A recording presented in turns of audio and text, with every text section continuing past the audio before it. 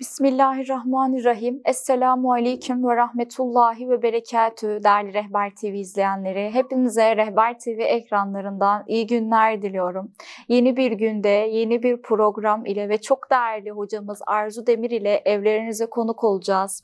Hoş geldiniz Arzu Hocam. Hoş bulduk. Allah razı olsun. Nasılsınız? Elhamdülillah. Çok şükür. Sizler nasılsınız? Hamdolsun çok şükür bizler de iyiyiz. Allah daha iyi etsin. Yeni bir programla inşallah izleyenlerimizin evlerine konuk olacağız. Hayırlılara vesile olsun inşallah. İnşallah. Programımızın yapılma amacı nedir? Evet. Bunlardan biraz bize bahseder misiniz? Neden böyle bir program yapıyoruz? Ve neden Havva'nın Kızları? Evet. Aslında çok güzel bir isim. Ben çok beğendim. Çünkü Havva'nın Kızları deyince sadece bir kesime hitap etmiyoruz. Herkese hitap ediyoruz. Evet. Bunun sebebi nedir? Evet. Evet, gerçekten de TV'de, televizyon ekranlarında kadına dair birçok program izlemekteyiz, var. Ama biz bizim değineceğimiz bazı farklı noktalar var. Öze dönüş gibi. Şimdi insanlık tarihi Hazreti Havva ile başlar, günümüze kadar gelir veya bundan sonra kıyamete kadar da devam edecektir. Biliyorsunuz ki insanoğlu fıtrattan uzaklaşmış. Yani hem kadın hem erkek. Kadın da rolleri değişmiş, erkeğin de rolleri değişmiş. Kadın kadınlıktan çıkmış, erkek de erkeklikten çıkmış.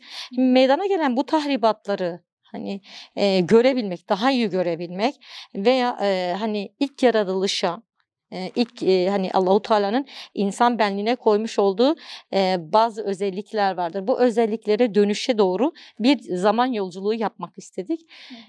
O yüzden böyle bir program yapma gereksinimi duyduk. Çok güzel. İnşallah hepimiz de bu programla birlikte anlarız, öğreniriz, biliriz, aydınlanırız. Çünkü hepimizin böyle programlara, bu tür bilgilere öğrenmeye ihtiyacımız var. Bu tür bilgileri öğrenmeye ihtiyacımız var ve hatırlamaya ihtiyacımız var. Aslında biliyoruz ama en büyük hatamız unutmaktır, ama hatasız da kul olmaz deyip tekrardan sözü size bırakıyorum. Evet, şimdi bu soru aslında iki şıktan oluşmuştu. Neden Havva'nın Kızları?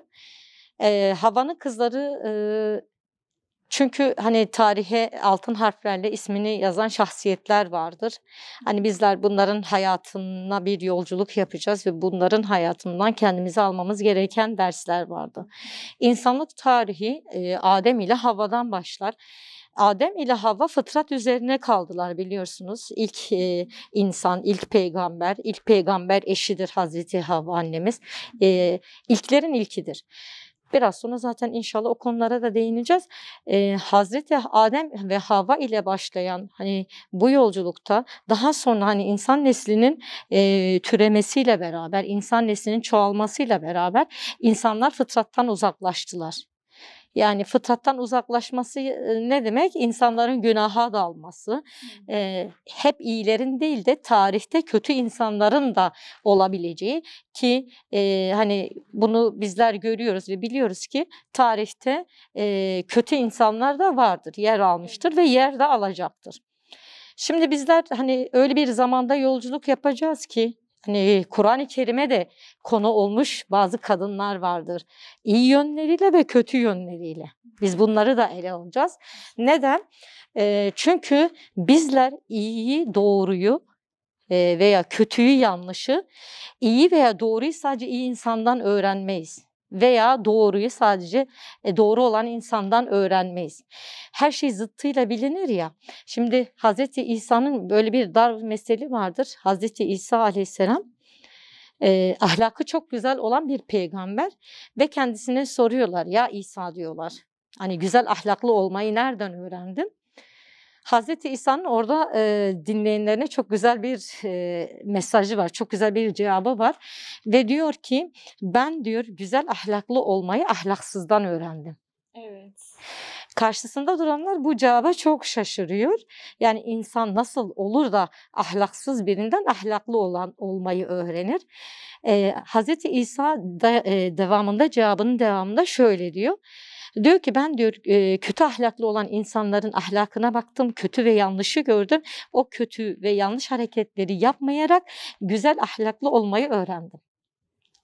Şimdi biz de bu programda hem tarihe ismini altın harflerle yazan hanımları, kadınları hem de hani yerilen, mesela yeri gelince yerilen kadınlar da var. Kur'an-ı Kerim'e konu olan, ismi Kur'an-ı Kerim'de geçen yerilen kadınlar da var. Kur'an-ı Kerim'e hikaye olan kadınlar da var. Bizler bu kadınları da inşallah hayatlarına misafir olacağız. Almamız gereken dersleri, Yani çıkarmamız gereken sadece dersleri. iyi yönleriyle değil de kötü yönleriyle de, yaptığı kötülüklerle de tarihe isimlerini yazdıran, Kur'an-ı Kerim'de de isimleri geçen kadınlardan da bahsedeceğiz diyorsunuz. Az önce de dediğiniz gibi sadece iyilerden ders alınmamalı. Kötülerden, aslında en önemli nokta değil midir kötülerden ders almak? Çünkü hatasız kul olmuyor, az evvel de dediğim gibi. Hatalar ders çıkarmak için vardır. Allah razı olsun.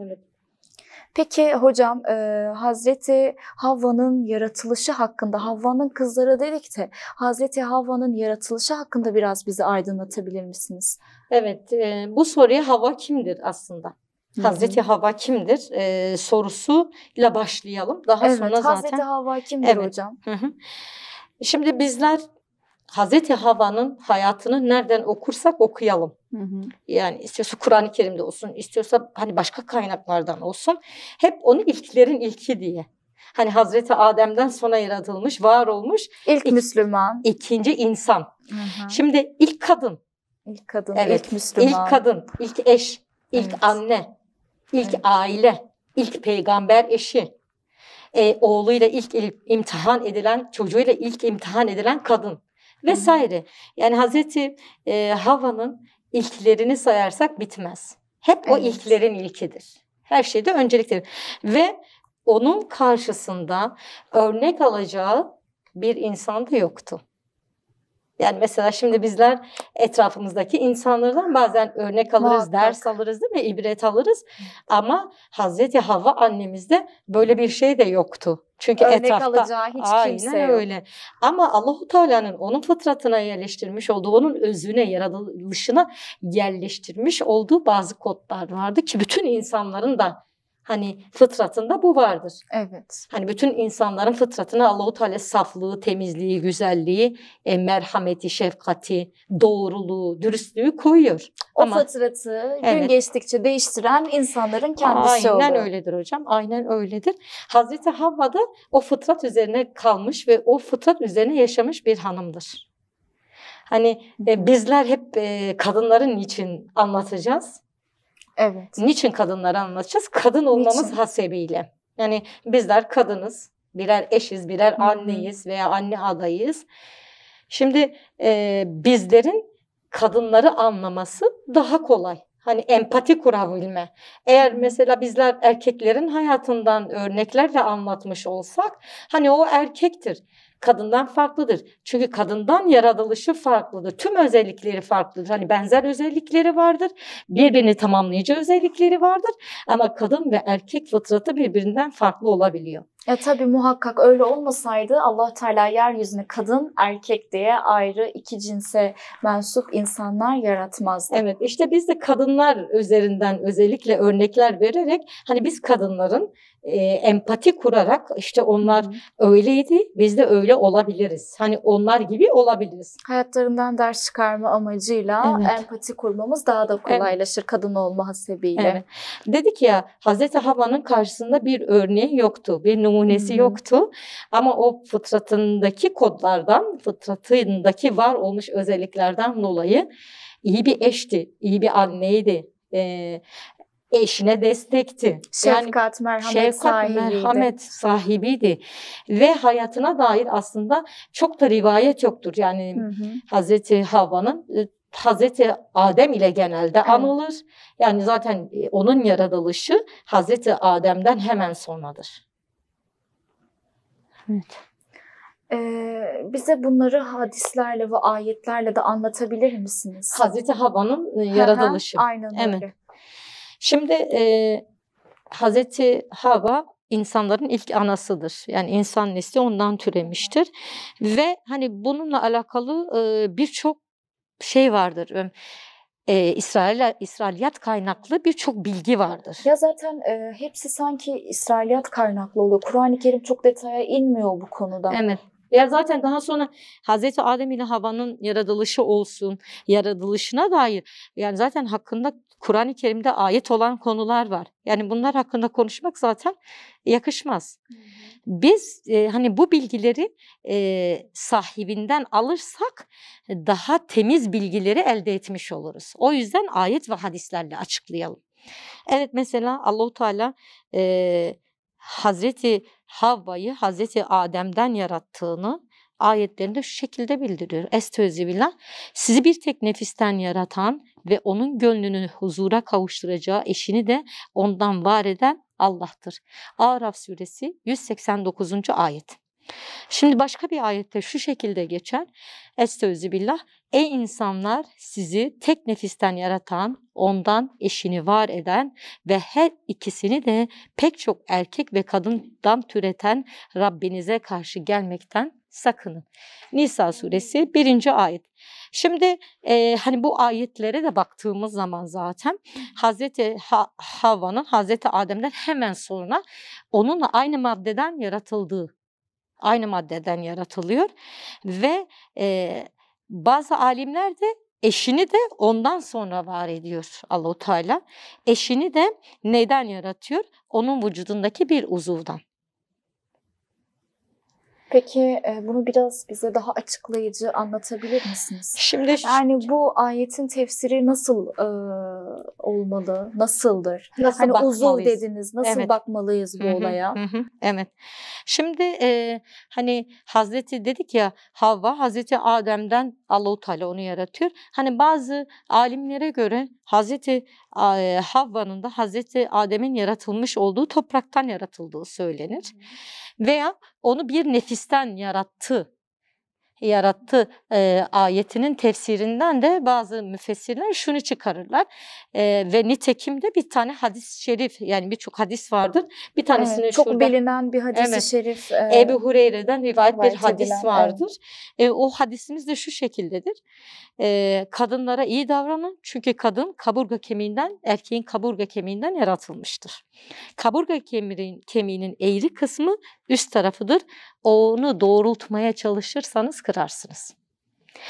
Şimdi dedik ya hani müfessirlerin bir kısmı diyor ki Hazreti Adem'in bir uzvundan, bir kısmı da diyor ki onun var olmuş şey, o topraktan Hazreti Havva annemiz de yaratılmış. Şimdi ikisi de doğrudur. Yani çok da hani bu detay bizim için çok da şey değil ama ayetlerde bu şekilde geçiyor. Ayetlerde bu şekilde geçiyor.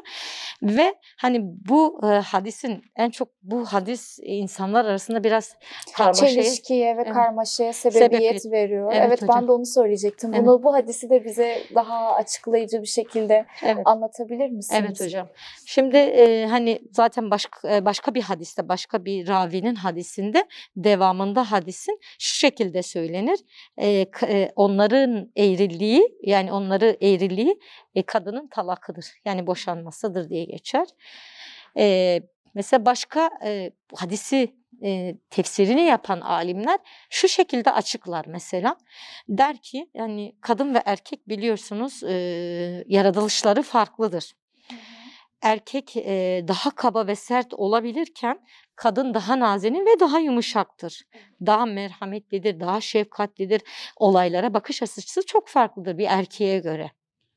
İşte alimler şunu söylüyor. Hani diyor ki kadınlara iyi davranın. Çünkü kadınlar erkekler gibi değildir. Onlar gibi şey değildir, sert değildir. Onlar duygusaldır. Evet, duygusaldır, merhametlidir, şefkatlidir.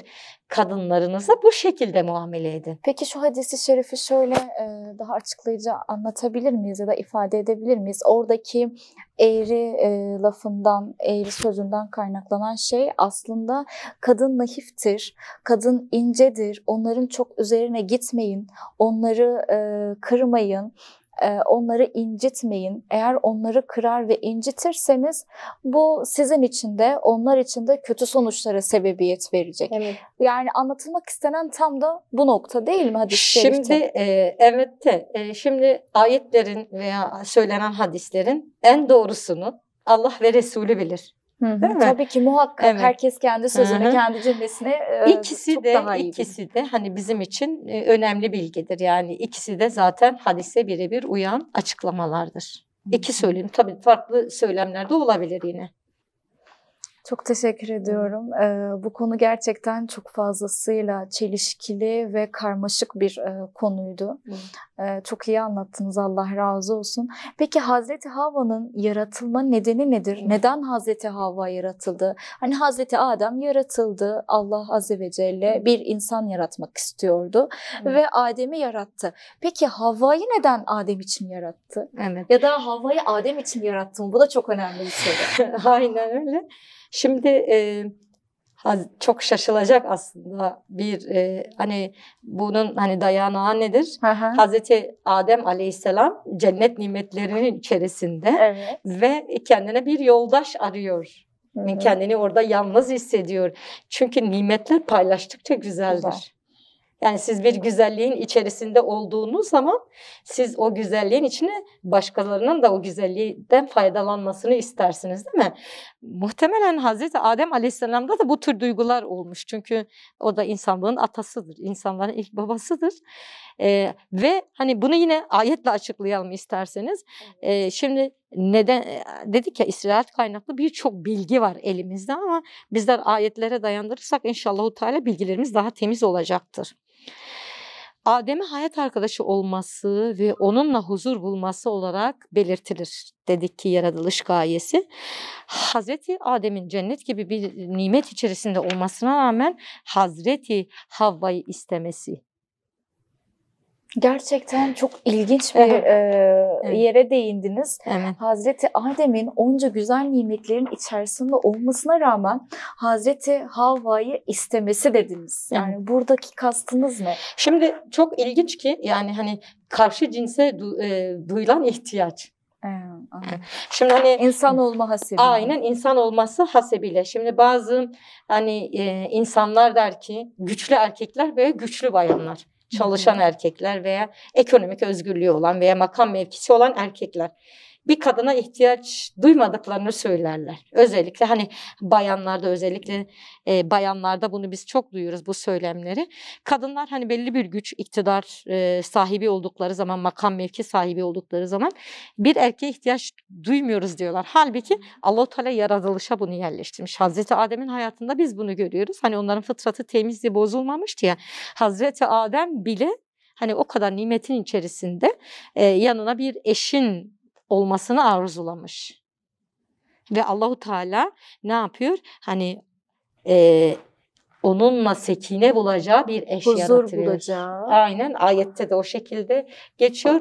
İçinde sizden huzur bulacağınız eşler yaratması Allah'ın ayetidir. O zaman şunu şuradan da çıkartabiliriz değil mi? Yalnızlık sadece Allah'a mahsustur. Evet.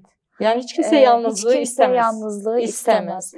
Aslında Hazreti Adem'in hayatında bu da bizim için çok büyük bir örnektir. Evet. Yalnızlık hiç kimseye mahsus değildir. Yalnızlık ancak Allah'a mahsustur. Ki yani hangi güzelliğin içerisinde olursan ol, muhakkak ki fıtrat yanına birini ister.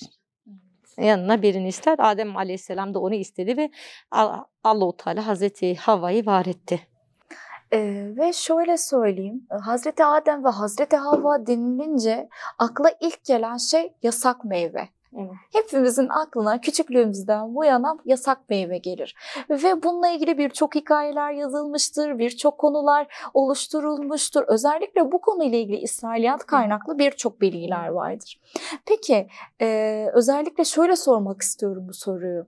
Hazreti Adem meyveyi yediği esnada onu meyveyi yemesine sevk eden kimdi? Hazreti Adem kendi isteğiyle mi yaptı? Hazreti Havva ve Hazreti Adem birlikte mi yaptı? Evet. Yoksa hepimizin bildiği üzere, hepimiz de böyle biliyoruz. Evet. Hazreti Havva'nın Hazreti Adem'i kışkırtmasıyla mı olan olay böyle mi gerçekleşti? Evet. bunlara da ayetle cevap vereceğim. Dediğim gibi Hazreti Adem ve Havva'nın hayatı zaten ayetlerle sabittir. Ve bunun üzerine çok hikayeler de yazılmış. İsrailiyat kaynaklı birçok bilgi vardır.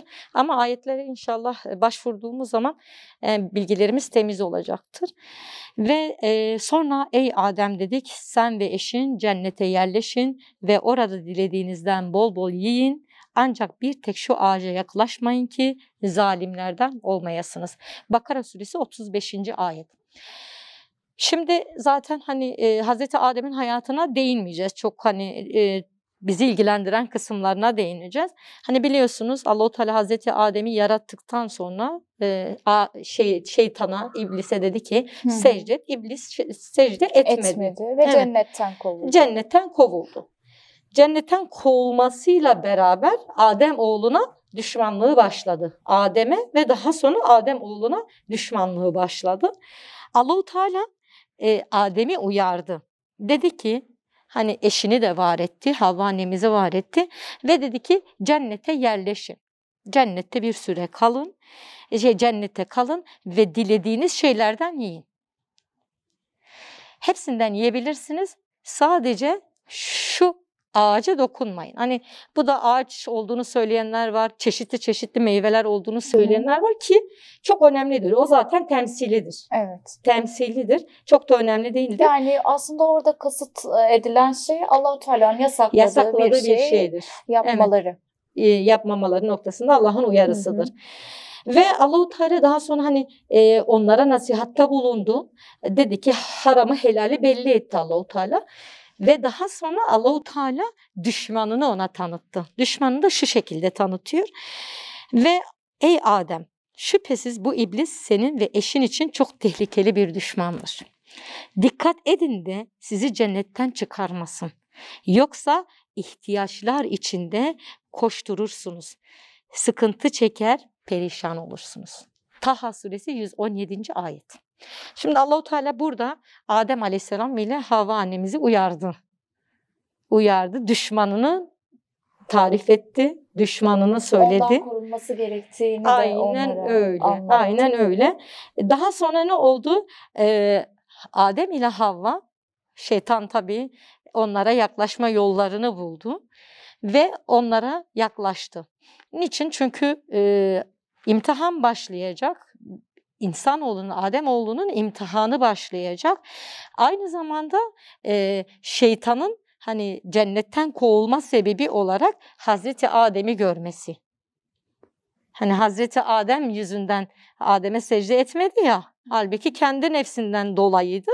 Ama o Hazreti Adem yani suçu Adem'de gördüğü için hani ona yaklaştı ve onların ayağını maalesef kaydırdı. O yasaklı meyveden yemeleri için vesveselerde bulundu.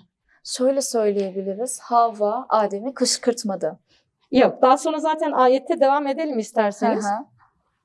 Şimdi onlar da İsrailiyat kaynaklıdır çoğu bilgi. Hani Hazreti Havva annemizin Adem babamızı kandırdığına dair. Halbuki böyle bir şey yoktur. Kesinlikle yoktur. Allah-u Teala ayetinde şöyle buyuruyor. Estağfirullah derken şeytan ona vesvese verip bu şekilde geçer.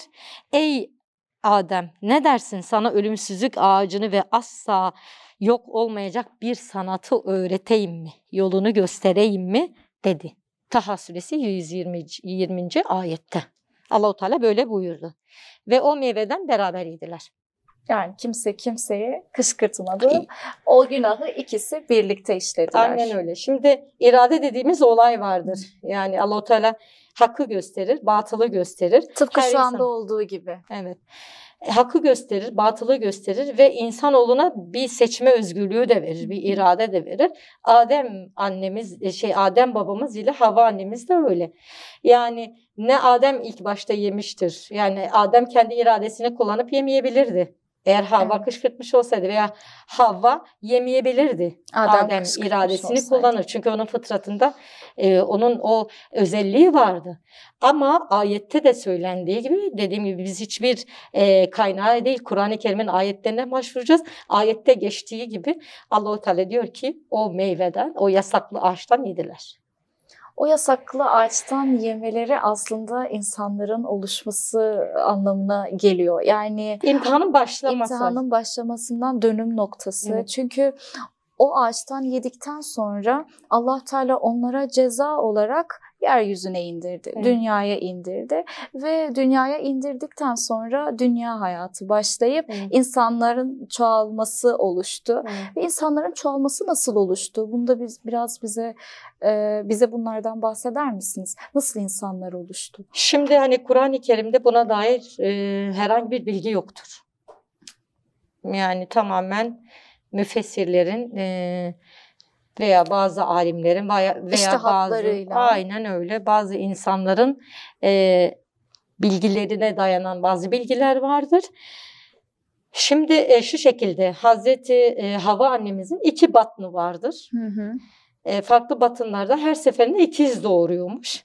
Ve bu çocuklar çaprazlama, yani her seferinde, her doğumda bir kız bir erkek dünyaya getirilmiş ve farklı batınlarda olan erkek ve kızlar çaprazlama olarak birbirleriyle evlenirlermiş. Yani müfessirlerimiz bunları böyle açıklıyor. Kur'an-ı Kerim'de, hadislerde böyle bir bilgiye rastlamadık. Şimdi şunu da söyleyelim. Yani eğer çok da önemli olmuş olsaydı, yani Allah-u Teala dikkatimizi o noktaya çekmiş olmayı murat etmiş olsaydı hakkında ayet olurdu. Çok da önemli bir şey değildir. Ki mesela her peygamberin şeriatı farklıdır. Her peygamberin kavmine göre şeriatlar değişmektedir. Hani bazı ümmetlere helal olan şeyler bazı ümmetlere haramdır. Nitekim hani bu kardeş evliliği de hani insan nesli çoğaldıktan sonra yasaklanmıştır diye söylenir. Hani bunu çok da umursamamak gerekiyor. Çünkü dediğim gibi hani eğer Allah-u Teala murat etmiş olsaydı hakkında kesin bir ayet indirildi. Evet. Son dakikalarımızı yaşıyoruz hocam. Evet. Anlattıklarımızı birkaç özetle toparlarsınız. Evet. Şunu eklemek istiyorum aslında. Hani orta çağ dediğimiz çağda kadını hani biraz önce hep İsrailet kaynaklı dedik ya, bilgilerin çoğu Adem ve Havva'nın hayatında. Şu gözümüze çarpar Orta Çağ'ı incelediğimiz zaman. Orta Çağ'da kadınlar diri diri yakılırmış. Diri diri yakılırmış. Hani bunun birçok sebebi var. Sebeplerinden bir tanesi neymiş biliyor musunuz? Çok ilginç. Hani kötülük yapan bir kadın, kötülüğe bulaşan bir kadın Hazreti Havva'nın, yani o günah, hani Hazreti Havva, sözde şeytan Hazreti Havva annemizin içine girdi. Ona kötülük verdi, ona vesvese verdi ve beraber Adem ile birlikte cennetten kovulmasına vesile oldu, çıkmasına vesile oldu. İşte o Orta Çağ'da bu Hazreti Havva'ya dayandırılır. Kötü olan kadınlar, kötülük yapan kadınlar içine şeytan kaçmış deyip o şeytanı çıkarmak için diri diri yakılırlarmış. Böyle mi tabir ediyorlardı? Havva'ya mı dayandırıyorlardı? Aynen öyle. Şimdi insanların İslam hariç bütün ideolojilerin kadına bakış açısı, bütün fikirlerin kadına bakış açısı bu şekildedir aslında. Yani kadını bir meta olarak görür. Kötülüklerin anası olarak görür. Yani aslında burada çok konuşulacak konular var. Özellikle Hristiyanlıkta, Katolik Kilisesi'nin açıklamalarına baktığımız zaman kadının bizde ne kadar değersiz olduğunu onların yanında görüyoruz. Şimdi bizler Hazreti Adem ve Hazreti Havva ile başlayan yolculuğumuza inşallahu Teala hayırlara vesile olmasıyla beraber, yani onu temenni ediyoruz ve içinden çıkaracağımız dersler. Hani bizler Havva'yı neden işledik? Havva'yı neden işliyoruz? Havva'nın hayatında gözümüze çarpan neydi? Aslında özetle şunu söyleriz. Hazreti Havva sürekli eşinin yanında durdu. Birçok imtihanlardan geçti. İmtihanlarını, cevabını gördüğü bir numunesi, bir örnekliliği de yoktu. Ama her zaman Allah'a dayandı. Allah'a sığındı, Allah'tan yardım istedi. Son 1 dakikamız hocam. Allah razı olsun. Bizi aydınlattınız. İzleyenlerimizi de herkese aydınlattınız. Bugünlük programımızın sonuna geldik. Hepinizi Allah'a emanet ediyorum. Hoşça kalın. Allah'a emanet olun.